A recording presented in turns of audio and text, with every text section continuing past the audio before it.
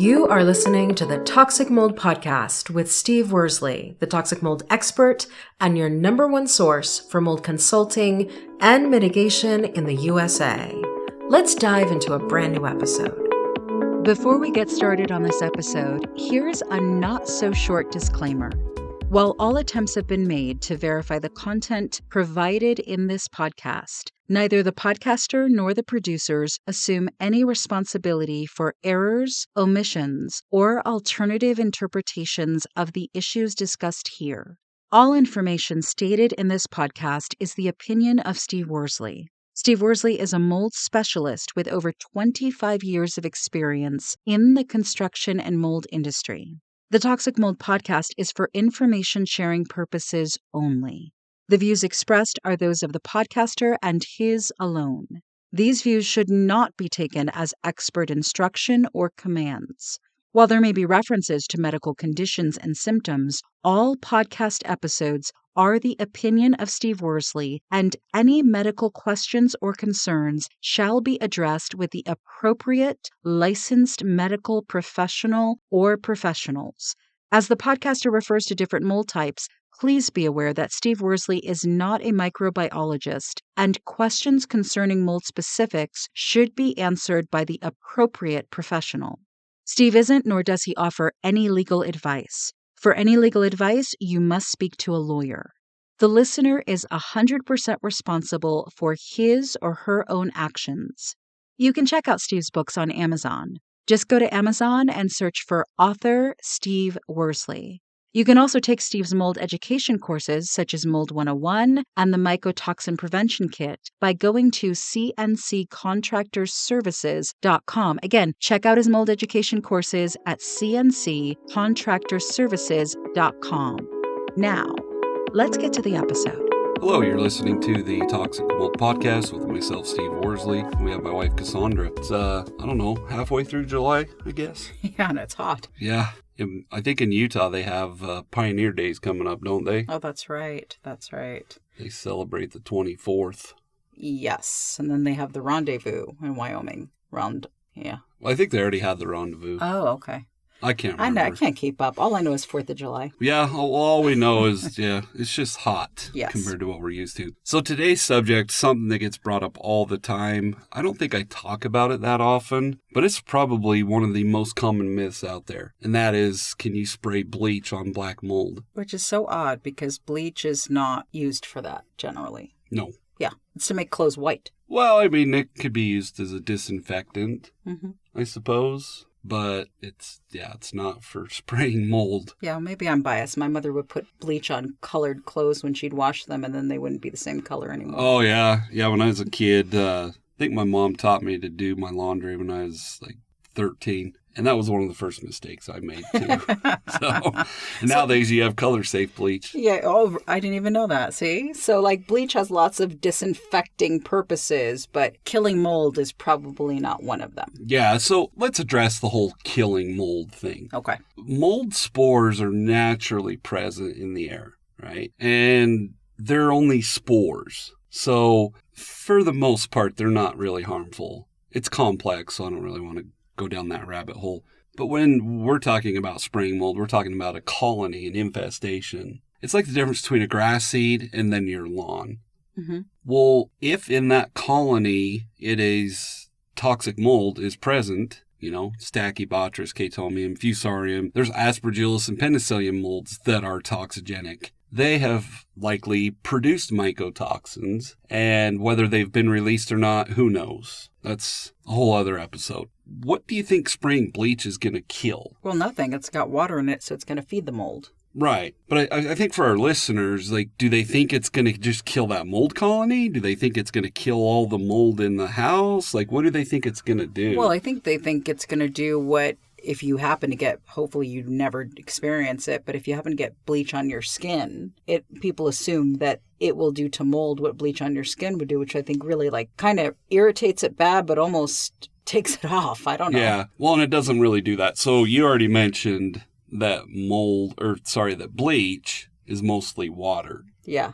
if our listeners were to go grab a bottle of bleach right now and read what the ingredients are, it's going to probably tell you 95% other. Well, do you know what the other is? What is the other? Water. Oh, so there's really not... Why does it smell so bad, though? Because of the hypochlorite, or it's sodium hypochlorite that's in it. Because that makes it smell like it's kind of dangerous. Right. And it is. It's dangerous to breathe. Or eyes, get in your eye. Exactly. Like you said, on your skin, it burns. So my whole point is, even that strong smell, only 5% of that is a chemical. Oh, wow. So it's really water with a little bit of a chemical. Exactly. Okay. And they put other, which I can't speak for the chemical companies, but they put other there because it looks bad to put that it's just water. But why do people think that bleach is going to kill mold?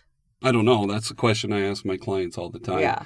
I think it's a myth, and I think people, they just hear that all the time. And I think over time, it's no different than when people use the analogy, like I could say one sentence to you, and then you have to repeat it to the next person and the next person. By the time it gets around the circle, it's pretty misconstrued. Yeah. I think back in the old days, our grandparents, they used bleach a lot for things, cleaning their countertops and stuff like that. So I think people just assume that it kills mold, but it doesn't. No. I mean, is it going to be harmful to the mold colony that's growing on whatever our listener is going to spray it on? It might, but actually what it does, because there's 95% water, that 5% of the chemical evaporates quickly.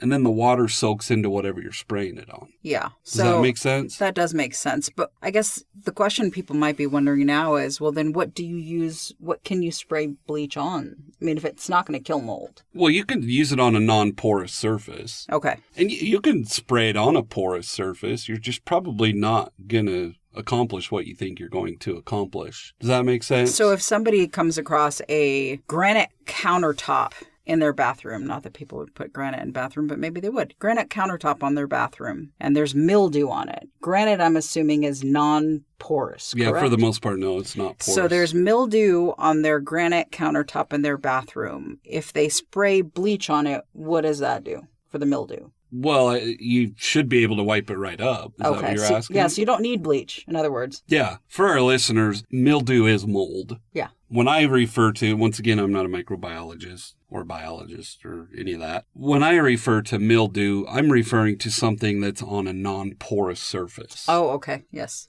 Mildew is a different texture. It's kind of slimier. Yeah. In my opinion, this is just my opinion, it's not as harmful as a mold colony that's growing behind your wall. Yeah.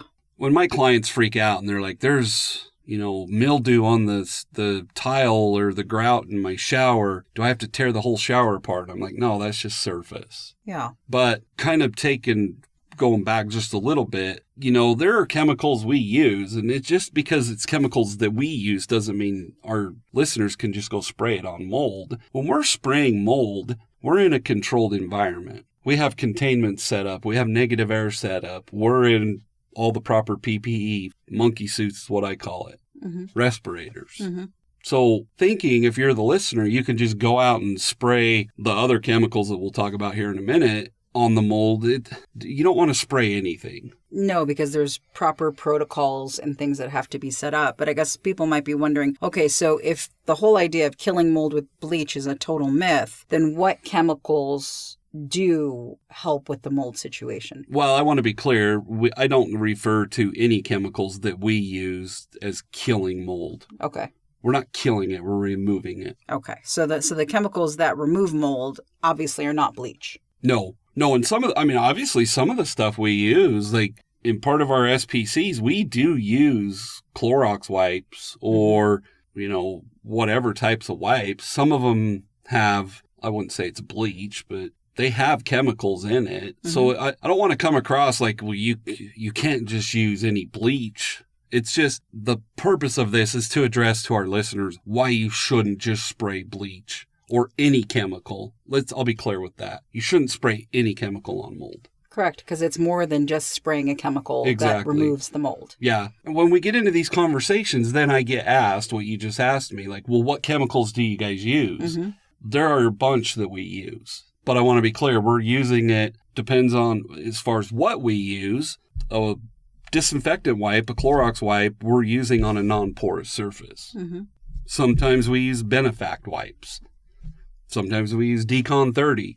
We use all sorts of stuff. But the main ones that we use is Biocide 100 from Biocide Labs. We use Shockwave and IAQ HP cleaner, which means indoor air quality. Hydrogen peroxide cleaner. Those are manufactured by Fiberlock, which is the brand. And then the newest ones that I started using is Superstratum. What if somebody's listening to this and they're like, oh, I can just write those names down, I can go order them for myself, and I can just take care of the mold all by myself? What do you say to that? Well, I mean, it depends on what they're doing. Obviously, I always recommend a professional. But in the description of this podcast, I'm going to actually put a link for Superstratum.